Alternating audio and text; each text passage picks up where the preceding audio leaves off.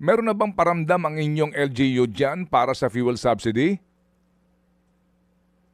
So far, Sir Ted, no, wala pa tayong narinig ni feedback, no, mula sa ating LGU with regards sa fuel subsidy. Yun din yung hinihintay namin kasi narinig na namin sa balita from national na mayroon na nga daw subsidy. Pero so far, Sir Ted, hanggang ngayon wala pa tayong narinig na ganyang tulong galing sa ating gobyerno. Oo, pero kayo ba nakatanggap na dati? Meron na bang record dyan yung LGU sa kung sino ang mga lehitimo, legitimate na miyembro ng TODA ninyo? Yan din yung pinasasama ng loob namin, Sir Ted, kasi naalala niyo dati during pandemic, mayroon na rin mga subsidy na ibibigay daw, no, sa amin, particularly sa strike.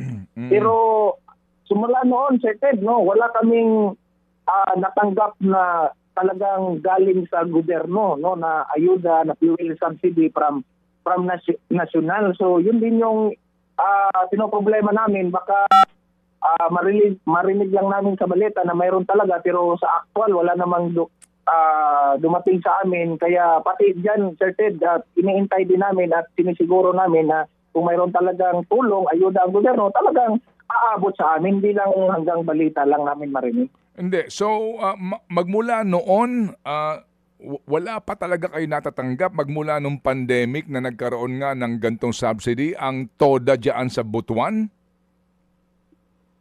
Actually, Sir Ted, sa buong Caraga Region, Sir Ted, no, kasi mayroon naman kaming grupo sa Caraga Region sa iba't ibang city.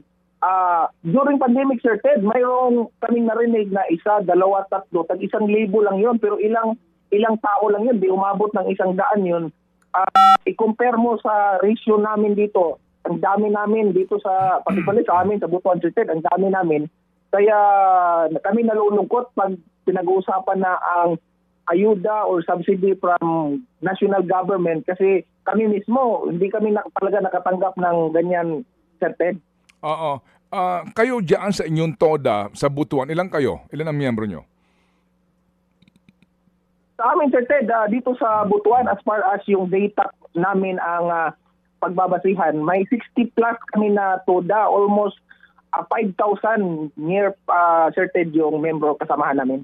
Oo. Sa 500 na TODA dyan sa Butuan mismo, no, sa lalawigan. 600 na 60 na TODA, Sir Ted, almost 5,000 na member. Okay. Ngayon, dyan sa mga TODA na yan, as in, ang feedback, walang nakatanggap ng fuel subsidy, maliban ka mo doon sa iilan lamang. Ano naging patakaran nun? Paano nangyari yun? Yun din nga din tinatanong namin, Sir Ted, kung saan kumuha yung DILG that time nung data. Kasi very selective talaga, Sir Ted. Iilang tao lang yung nakatanggap before ng 1,000. Kaya tinatanong namin, kaya ngayon din, pinag-isipan namin, binabantayan namin kung sakaling meron, saan sila kumukuha ng data. Kasi dati, Sir Ted, naalala namin, from LGU, ipapasa daw sa DILG, then DILG to DOTR. Yun yung narinig namin na kaya iwan namin kung saan nagka-problema doon, Sir Ted. Kaya kami medyo mag-iinit ang ulo namin pag-usapan na yung subsidiya ng gobyerno natin. Pero kayo naman sa inyong TODA, lahat naman ng inyong miyembro ay legal, meaning hindi kolorum, nakarehistro kayo sa LGU, may kaukulang kayong mga mayor's permit. Sir Ted, out of 5,000, 3,000 plus, Sir Ted, ang may MTOP niyan kasi may mga lugar dito sa Butuan na under process pa yung mayor's permit nila. Pero almost more than 3,000, Sir Ted, mayroong MTOP yan, may franchise. Mga kapatid, para sa iba pang mga balita at impormasyon, sundan niyo po kami sa X, Instagram, Facebook at syempre sa TikTok, True Network PH. Mag-subscribe din po kayo sa aming YouTube channel, True Network. May website din po tayo, truenetwork.ph, at pwede nyo rin po kaming mapanood sa Channel 19 ng aming True FM TV. Lagi pa rin makinig sa radyo dito po sa 105.9 True FM dahil dito, laging true sa'yo, kapatid. Dito tayo sa totoo. Tunay at tapat.